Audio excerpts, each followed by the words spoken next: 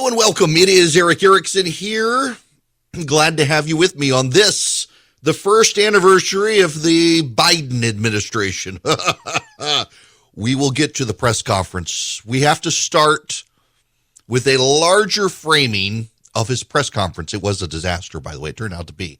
But we need to actually focus on what's going on here and how bad it has gotten for the Biden administration.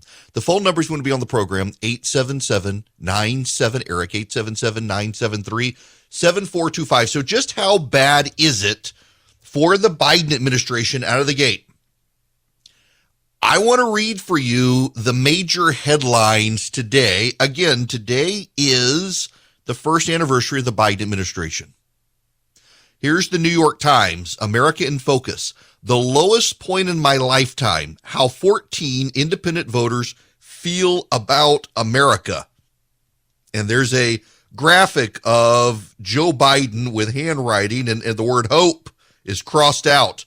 The word build back better, crossed out. Headline at CNN, Biden leaves Democrats hanging as midterms burst into full swing. Headline, NBC News, Biden ends first year as president with bleak, discouraging marks from the public. Subheadline, in the new NBC News poll, Americans give Biden low marks on overall job approval, the pandemic, and the economy as he reaches the one-year mark. Headline from the Associated Press, Biden approval hits new low at one-year mark. So what is the Biden administration doing to turn this around?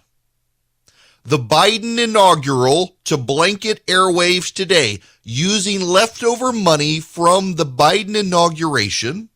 The Biden administration intends to blanket the airwaves with a video narrated by Tom Hanks to try to make a Morning in America message. Very famously, Ronald Reagan released an ad in the run-up to his reelection in 1984, and it was called Morning in America.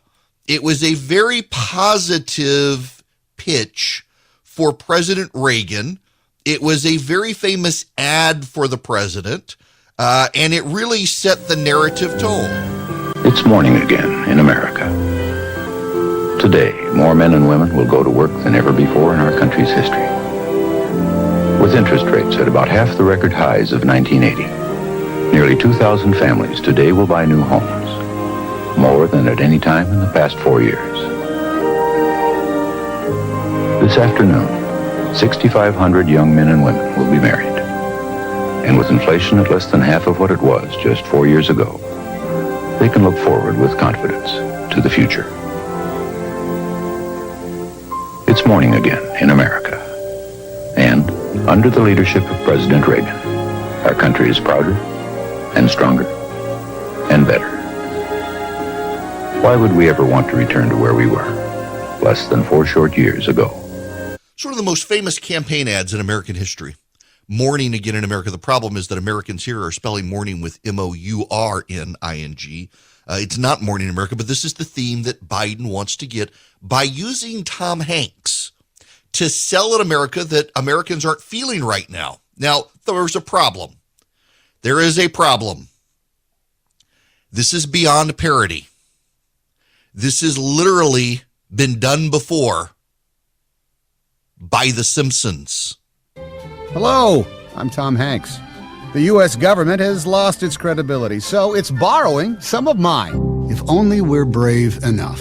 Brave enough to live through 2 of the most difficult years many of us can remember. Brave enough to pull ourselves up again and again.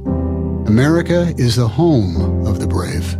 It's why we keep getting up, no matter how many times we get knocked down. Like with our economy. It isn't all the way back, but it's getting stronger. We may be entering year 3 of a pandemic none of us wanted or expected, but we're moving. So they use Tom Hanks to try to make a case that, hey, we've not recovered. I mean, go back to the Morning in America ad. Inflation is down.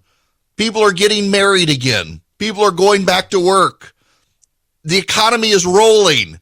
And they've got Tom Hanks to come in with their video launch today and say, hey, at least we're moving forward. That's something. But the problem is, this literally is a Simpsons movie. But in 2007, The Simpsons released a movie. There's this dome over Springfield where Homer and Marge live. And they see an ad for a new Grand Canyon. And they realize the government's plan to deal with this situation in Springfield is to blow it up and tell people that it's really a new Grand Canyon. And who do they use to do their ad campaign to tell them that this disaster where they've nuked an American city to solve a problem and created this massive hole in the ground, that it's actually a good thing, and it's a new American tourist destination. They bring in Tom Hanks to make this pile of manure sellable. Hello, I'm Tom Hanks. The U.S. government has lost its credibility, so it's borrowing some of mine. Tousle my hair, Mr. Hanks. Sure thing, son. Now, I'm pleased to tell you all about the new Grand Canyon. Coming this weekend. It's east of Shelbyville and south of Capital City. That's where Springfield is. It's nowhere near where anything is or ever was. This is Tom Hanks saying if you're going to pick a government to trust, why not this one? Y'all, that is literally what The Simpsons did, and now the Biden administration, they trotted out Tom Hanks to do the same thing, and he comes across just as credible. We're 3 years into the pandemic. Yeah, inflation's high and gas prices are high, but at least we're moving forward. It goes on and on and on. If this is their morning in America, they are so deeply screwed in November. They're trying to get people to focus on this video, and the headlines really genuinely write themselves that it's bad. Joe Biden is now at his lowest level in the polling average, a double-digit disapproval for Joe Biden. The Republicans are now at an all-time high in the generic ballot for who do you want in charge of Congress. That's not good. And then the press conference last night, the president essentially authorizes the Russians to invade Ukraine. They're doing a full scramble mode over that. And not only are they having to do a full scramble mode over that, the president also suggested that if his voting measure doesn't pass, the midterms might not be legitimate. He actually went there with the press last night. Thank you, Mr. President. Speaking of voting rights legislation, if this isn't passed, do you still believe the upcoming election will be fairly conducted and its results will be legitimate? Well, it all depends on whether or not we're able to make the case to the American people that some of this is being set up to try to alter the outcome of the election. Oh, that wasn't what you want to do. That's not a statement that, my gosh, you want to not be Donald Trump, and here you are casting doubt. It doesn't help. Kamala Harris had to be on with Savannah Guthrie, and it didn't go well there either.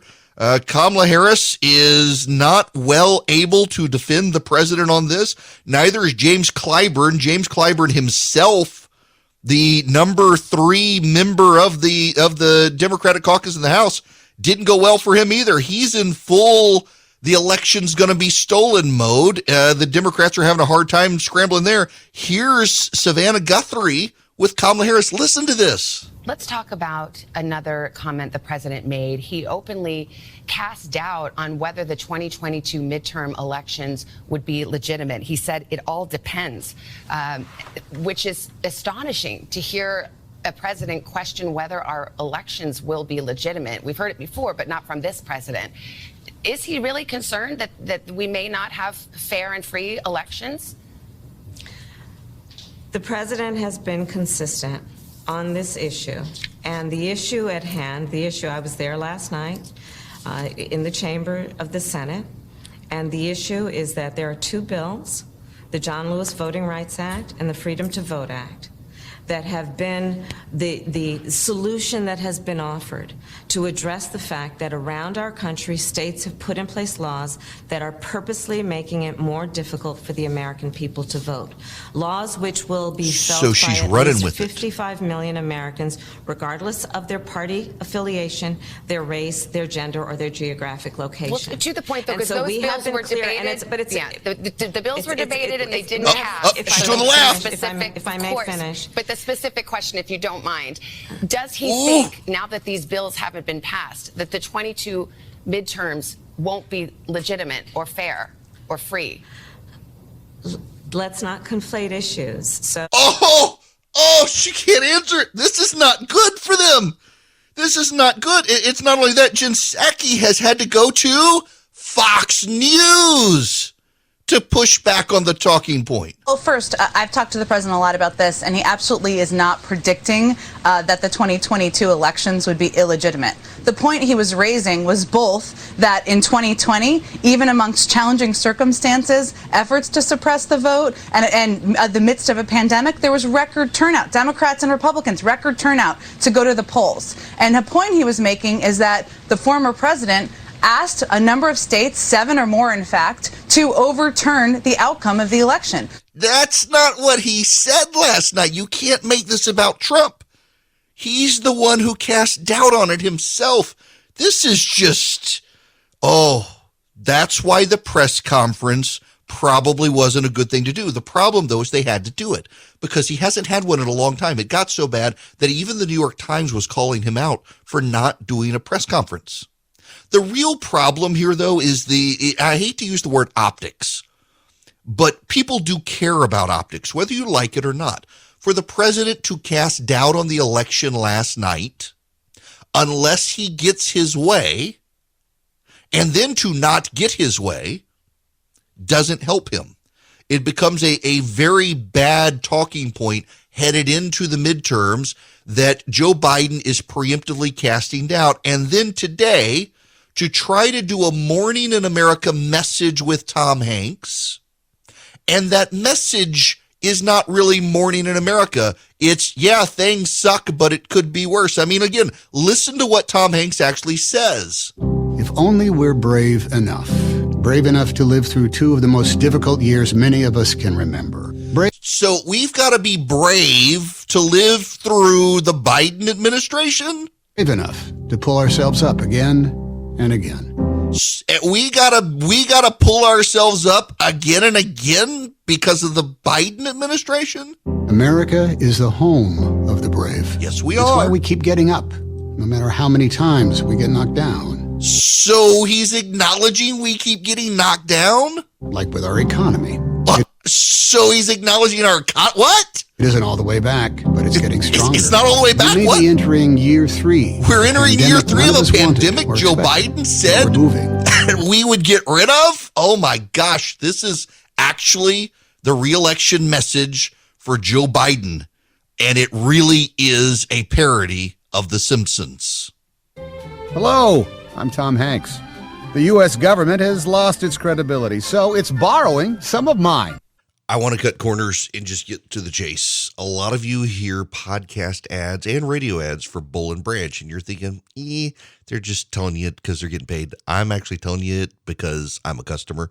We actually have Bull and Branch sheets, and yes, they are an ad. Yes, this is an ad, but yes, I really am a customer. I only like to do ads for companies that I really like, and I love Bull and Branch. So does my wife. My wife actually heard the ads, and she wanted to try the sheets, and now they are the sheets in our house. Bull and Branch does not cut corners. They make super soft, wonderful sheets.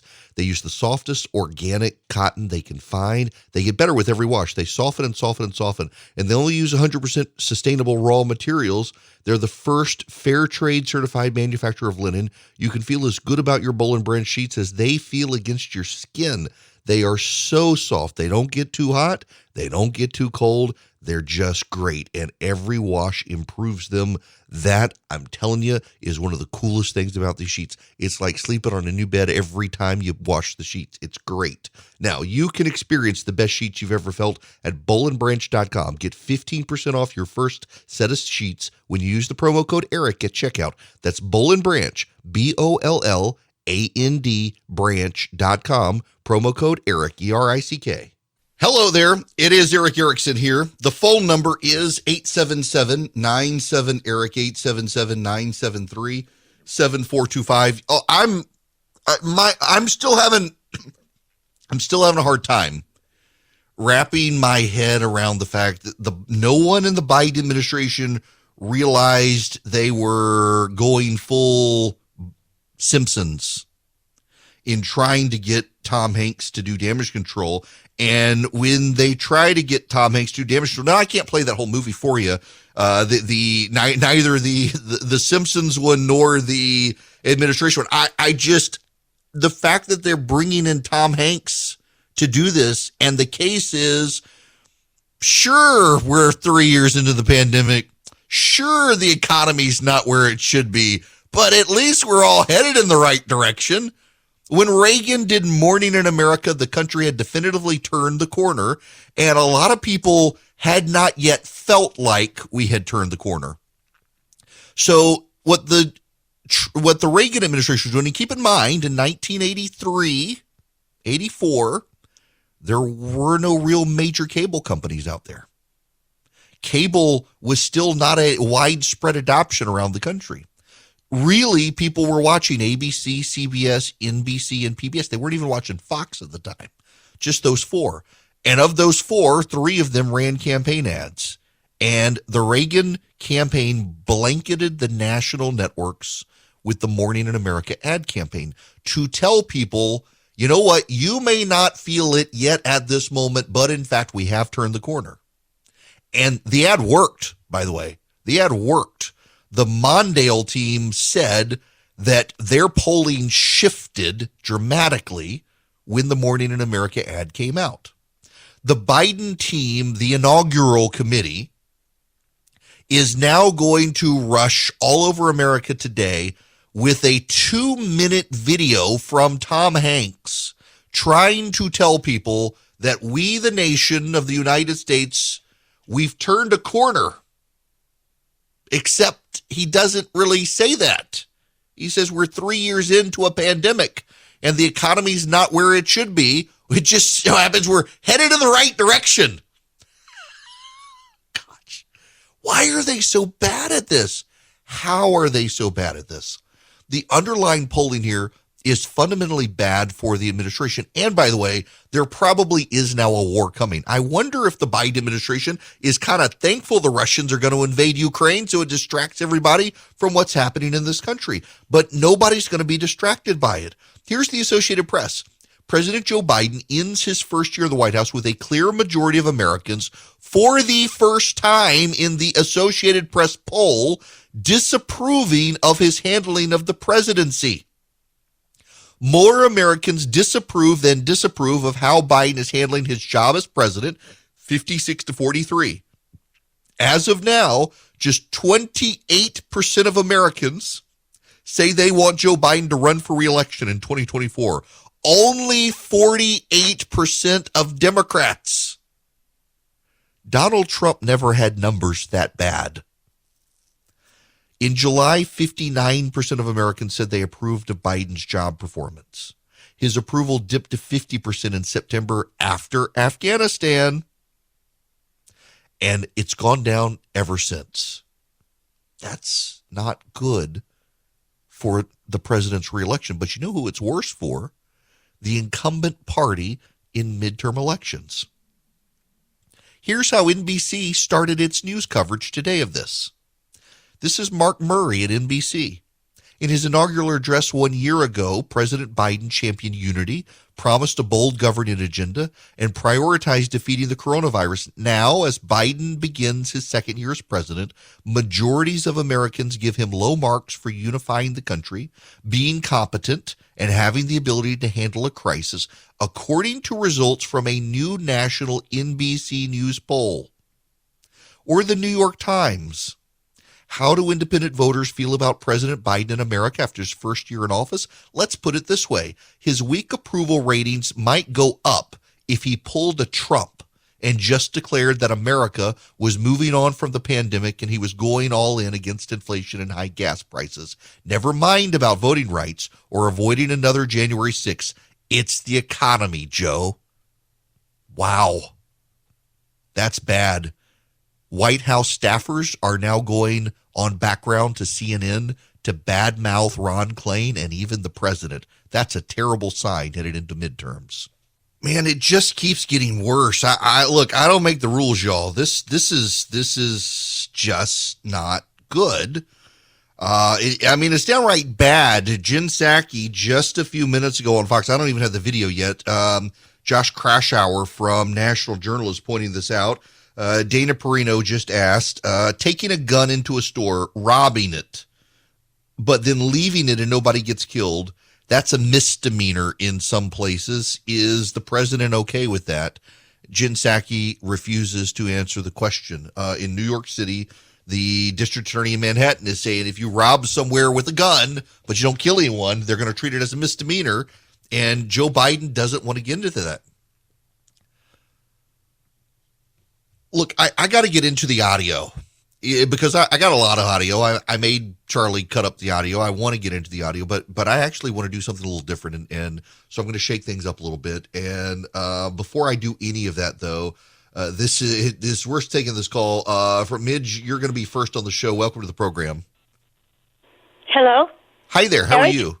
Yes. I'm good, thanks. How are you? Good. What's going on? Okay, my comment has to do with what the president said about how well he's doing now. Mm-hmm. They asked him to grade himself, and he said, I've done more than any other president in the first year. He said, I'm doing exceptionally well, and I understand why he said that. Because he's doing everything the squad wants him to do. They're the ones who are telling him he's doing wonderful. Right. He's clearly, and look, he clearly doesn't believe the polls. Someone last night asked him about the polls, and he said he doesn't believe the polls, which is what Donald Trump said.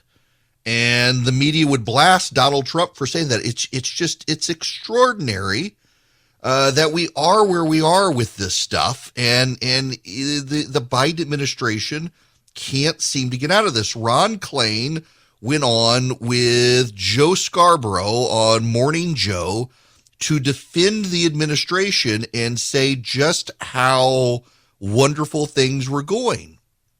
And again, it's these extraordinary moments that are deeply revealing. Listen to this exchange on Morning Joe. Moderation is selling in the Democratic Party. So why is it that it seems time and time again the president has overreached, moved too far left, and has not been able to bring those final two senators home? Well, first of all, I think the president is right in the middle of where the country is. Right in the middle. What's in our Build Back Better plan? Bringing down the cost of child care. I think that's a very moderate thing for families. Reducing the cost of prescription drugs, saying you shouldn't have to pay more than $35 for insulin. I think that's an all-American mainstream proposal. He doesn't want to acknowledge reality. And by the way, the Trump administration had lowered the price on insulin. The Biden administration jacked it back up and then wanted to pass legislation to lower it again. Look, I got a lot of audio, as I said, I want to play.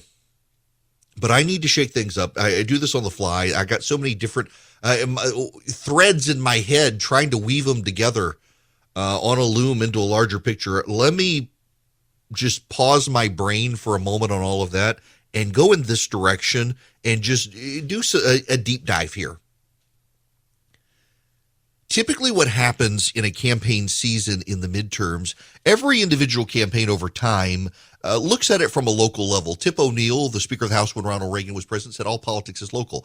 And that's increasingly not the case anymore as national politics defines things. Just consider this. In the last 2 decades, in 38 open Senate races in this country in midterms, they went for 35 out of 38 times the party that did not control the White House. In every election going back to Dwight Eisenhower in the midterms, with the exception of 2 of them, including 2002 after the 9/11 attacks, the party that did not control the White House picked up seats. The goal of a White House in a midterm election is to help their party mitigate what's going on. One of the most famous examples of this is 1990 actually. George H.W. Bush, this is before the Gulf War, the midterms of the run-up to the Gulf War. George H.W. Bush decided to cut a deal with the Democrats. And in that deal, he broke his no new taxes pledge very famously in 1988 at the Houston Republican National Convention. George H.W. Bush said the line, "Read my lips, no new taxes." He was essentially running his first term as president to be Ronald Reagan's third term.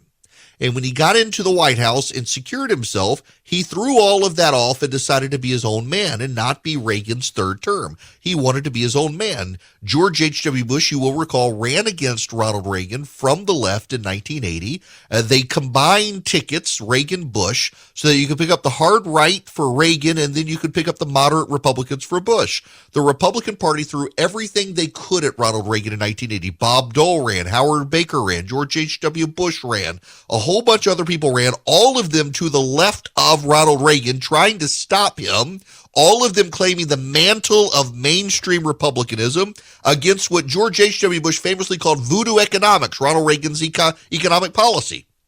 Reagan wins. He brings in Bush to unite the whole party to take on Jimmy Carter. They win. You fast forward in 1988, George H.W. Bush runs as Ronald Reagan's third term. He embraces voodoo economics as supply-side economics, as read my lips, no new taxes. He gets into the White House and then breaks his very famous pledge. And his base is furious with him. And the midterms are coming in 1990. And the economy is looking a little wobbly because of the tax cuts. At the time, Ed Gillespie, you know Ed Gillespie, he's was a Republican for a very long time, Republican strategist. He's worked for Mike Huckabee, he worked for Donald Trump, he's worked for a lot of third-party candidates as well. He worked for Rick Santorum for a while. Ed Gillespie at the time was a young guy in charge of the National Republican Congressional Committee. And Gillespie sent out a memo to the Republicans that because the White House was refusing to do any damage control over the tax cuts, refusing to walk it back, the Republicans needed to vote against the tax hikes, and then they needed to campaign with as much distance between them and George H.W. Bush as possible to save themselves. The Bush White House, by the way, was furious because the memo got leaked, and it made George H.W. Bush look bad. But you know what happened? Every Republican who ran opposed to George H.W. Bush and his tax increase won their reelection. All of the ones who defended him lost. It worked. History lesson, a political history lesson for you. Now, what then happened? And this is the problem. The Gulf War started. And George H.W. Bush, people forget this, became the most popular president in American history after George Washington. I know that sounds a little absurd. There weren't public opinion polls back in the beginning of the beginning of the Republic, but you can look at a lot of the newspapers and stuff at the time and fairly well gauge public opinion that there's fairly well unanimous support for George Washington being the first president. George H.W. Bush hit 91% approval after the Gulf War. 91% approval. No president of the United States has ever hit an approval level since public polling began. So it is fair to say that after George Washington, for a short time, George H.W. Bush was the most popular president in American history, even more so than FDR. There were public opinion polls, and FDR got into the 60s and 70s. He never got to 91%. It was a restoration of American spirit after the Vietnam era. The American military had successfully executed a mission in a war and threw a dictator out of Kuwait. People loved George H.W. Bush. And the result is George H.W. Bush used that popularity and forced the National Republican Congressional Committee to fire Ed Gillespie and meted out vengeance in primaries on certain Republicans who had opposed him and campaigned against him and had won their reelection. didn't do him much good because roll around to 92 and the Bush team falls apart to Bill Clinton's attack that it's the economy, stupid. It's the economy. And Bill Clinton's message was, George H.W. Bush is obviously an American patriot. We don't malign him in that way. It's just he's been a creature of Washington for so long that he's lost touch with the middle class. And it's time for youth. Believe it or not, Bill Clinton at the time, he was a fairly young guy. Didn't look it, but he was young. He and Al Gore. And their campaign song, I forget, was it Fleetwood Mac? I forget the band, but it was Don't Stop Thinking About Tomorrow. That was their message, that we now need to be a bridge to the 21st century. And he won. Now, this long history lesson is to succinctly then draw you back to this key point. Right now, Democrats in Congress either need to be running against Joe Biden publicly, or Joe Biden needs to provide them something with which to run on. Neither is happening. We're at January 20th. Forget it being the first anniversary of Biden's administration. It is January 20th of midterms, and the primaries start next month. We're in an election season, whether you want to be here or not. We're less than a year from the November election. And the polling for the Democrats is terrible. In the Morning Consult Politico poll released today, Joe Biden's approval rating of Hispanic voters, 37%. 55% of Hispanic voters disapprove. 62% of white voters disapprove. The Hispanic white coalition will eliminate Democrats. Eliminate them. The Biden administration needs to turn this around. For Ron Klain to come out to Morning Joe today and not be willing to acknowledge maybe they've listened to the squad too much. Maybe they've leaned too far left. For him to try to double down on Build Back Better, something that Joe Biden could not get past, is damning. It is a damning indictment on the Biden administration's inability to run. Here is the ultimate problem. I can diagnose this as a student of politics, as someone who's been a political strategist, as someone who's been a political campaign manager, someone who's done polling, someone who's done mail, as someone who's done the ads. I can tell you exactly what the problem is for Joe Biden. He's running it like he's in the Senate. Joe Biden, he goes back to Delaware, and he's real popular in Delaware, and he's real popular with all the people in his office. And he doesn't have to worry about running for re-election right now. Senators never have to worry about the fallout of the midterms because they tend to skip midterms. They go every 6 years. The president goes every 4 years. He's not on the ballot, so it can't be about him. That's the mentality of a senator, that it can't be about him. The problem is, as we saw in Virginia, it becomes a referendum on him. Terry McAuliffe's campaign, when it was over in Virginia after he lost, did a background briefing for Democrats in Washington. And do you know what his campaign told the White House, the Senate, and the House Democratic caucuses? The moment we left Afghanistan, the polling cratered for McAuliffe. McAuliffe had nothing at all to do with Afghanistan. But his polling cratered nonetheless because of Afghanistan. And do you know, on the national stage yesterday at his press conference, Joe Biden said he had no regrets about how he left Afghanistan. That's an ad campaign for the Republicans waiting to happen. Just play the clip of Joe Biden saying he has no regrets about how he left Afghanistan, and then show the pictures of the 13 dead soldiers. Say, tell them, Mr. President, you have no regrets. Show the faces of the Americans left behind in Afghanistan, some of whom are still there. Say, tell those people you have no regrets, Mr. President. This White House needs to get a freaking clue if the Democrats are going to have any success in November, because they are playing this as if it's a Senate election, as if he's not on the ballot. And you know, technically he's not, but he will be pervasive in every single election. The Democrats gambled that they could make it all about Donald Trump. You can't when your president bungles Afghanistan, starts a war in Ukraine, and himself is casting doubt on the presidential and statewide elections in this country. You can't make it about Donald Trump, because right now the people are thinking, Donald Trump never started a war in Ukraine. He never bailed on Afghanistan getting soldiers killed. Maybe this guy might be worse. In fact, there's polling out that suggests the public thinks maybe Donald Trump would be better than Joe Biden. Well, ladies and gentlemen, I am sad to report something to you that has happened. I don't know how to handle news like this. The time of death was 10:33 p.m. last night. Died. Democracy died.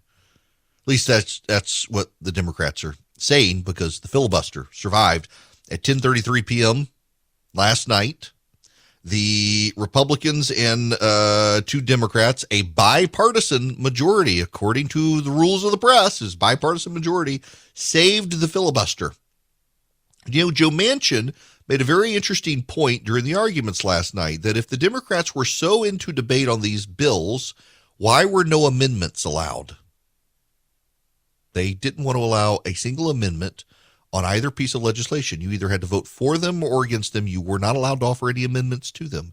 And by the way, they bypassed the committee process by and large, so it was all or nothing. The House Democrats didn't allow any amendments either. And Joe Manchin noted that there was no way around what the Democrats wanted to do other than scrapping the filibuster, so he said no. So last night, Manchin and Sinema did this. Now, Robert Reich, the short former Secretary of the Treasury, suggested Democrats hit Sinema. How do you get away with suggesting, literally give her the back of your hand? How do you condone violence against women because she didn't kill the villain? He literally did that. Now, he's deleted it now, after people pointed out he was suggesting violence against a woman for upholding the filibuster. The larger issue here is just how screwed up the Democrats are strategically headed into the midterms. They spent this energy for 3 weeks, and they couldn't, by the way, they could not do this. They had to placate an activist base that had internalized the Democrats would get rid of the filibuster and make all their dreams come true.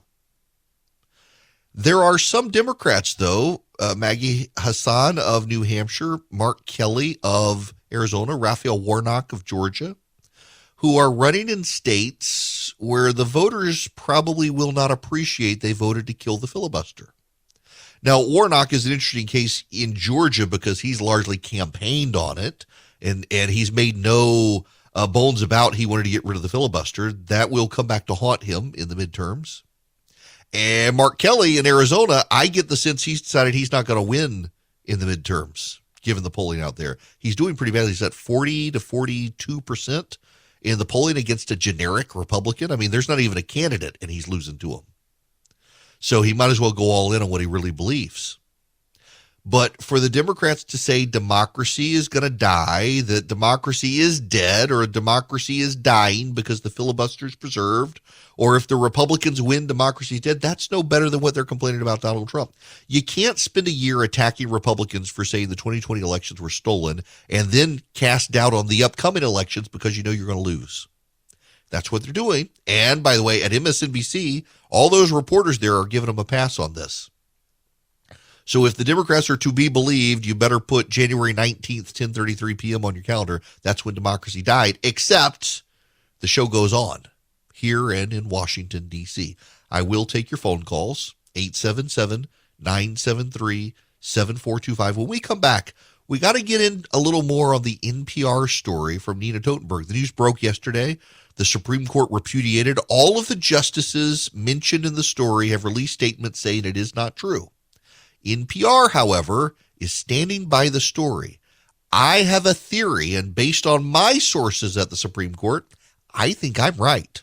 It's 2022, and guess what? Nothing still makes sense. The whole world seems to be going crazy right now, and banks have gotten really skittish at helping small businesses. They're perfectly happy to help the giant businesses, but what about you? You're a small business, you got to buy a building or build a building, or you need a big loan for a fleet of vehicles to grow your business, and the banks are giving you a hard time. Check out my friends at First Liberty Building and Loan.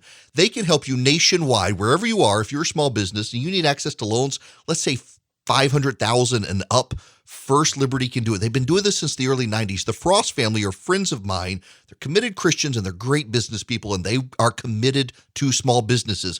Reach out to them. FirstLibertyGA.com is their website. FirstLibertyGA.com. Spend 10 minutes with them. See if they're a good fit for you. See if you're a good fit for them. They want to help you get to yes, where the big banks are saying no. Nationwide, they can help you if you're a small business. FirstLibertyGA.com is the website. FirstLibertyGA.com.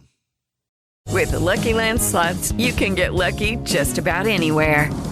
This is your captain speaking. We've got clear runway and the weather's fine, but we're just going to circle up here a while and get lucky. No, nothing like that. It's just these cash prizes add up quick. So I suggest you sit back, keep your tray table upright, and start getting lucky. Play for free at LuckyLandSlots.com. Are you feeling lucky? No purchase necessary. Void where prohibited by law. 18+ terms and conditions apply. See website for details.